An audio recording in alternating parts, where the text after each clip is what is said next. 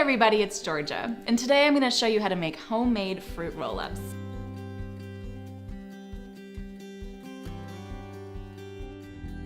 I have preheated my oven to 150 degrees Fahrenheit.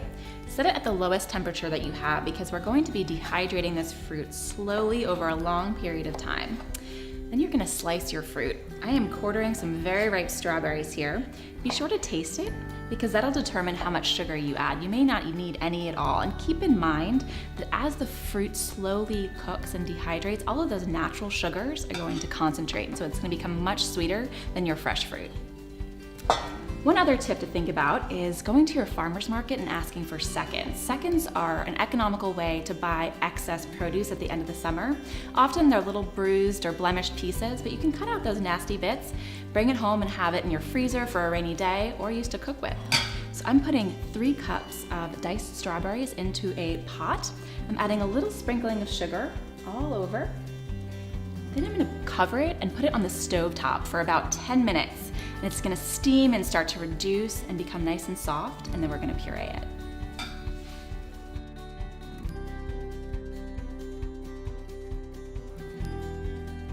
Our stewed fruit smells amazing. It's been softening for less than 10 minutes. Now we're gonna add it to our blender and blend it for 10 seconds, and then we're gonna add it to our sheet tray.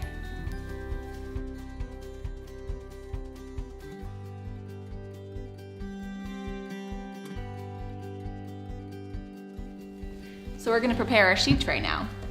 I have a sheet tray that is lined with a silicone baking mat. You could also use parchment paper. I'm going to take some coconut oil spray. You could also use a pastry brush and brush on some oil. And just give it a light dusting. That's going to ensure that our fruit roll-ups peel right off. Now I'm going to take my pureed fruit, pour it right in the middle.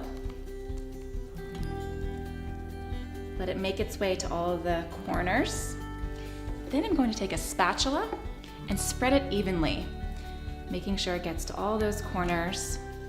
You want to have about an 1/8 inch thickness. Make sure it's evenly distributed. Then you're going to pop it in your oven at a low temperature for at least 3 hours. You're going to keep checking on it, make sure it's tacky throughout, and turn it around about halfway through cooking time. I'll show you what we're going to do next. Our fruit roll-ups are ready. They're that perfect fruit leather feel. And then we're going to take some parchment now, and I'm going to roll it onto the parchment. It's about the same size as our sheet tray. Press it on there as best you can. Take your silicone, flip it over, and then peel it right off. Now we're going to start cutting it into fruit roll-up size strips. So my strips are about 3 inches thick. And you're going to keep cutting these until you have the whole thing cut into perfect strips.